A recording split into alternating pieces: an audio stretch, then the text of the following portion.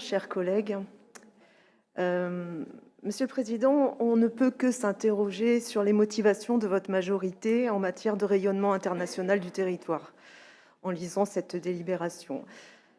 Ainsi, accueillir le siège mondial de l'économie sociale et solidaire, c'est parfaitement possible et à grands frais.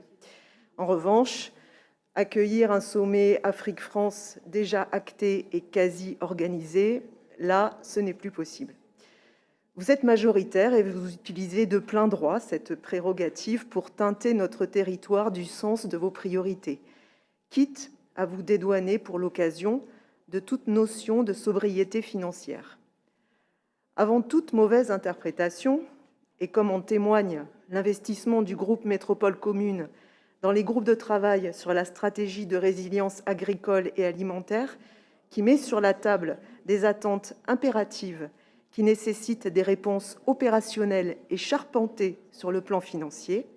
Avant toute mauvaise interprétation, donc, nous croyons bien évidemment à l'économie sociale et solidaire, ce qui signifie, si l'on revient un peu à l'origine des mots, que nous croyons au local, au circuit court, à l'établissement de liens solidaires entre les personnes et les structures.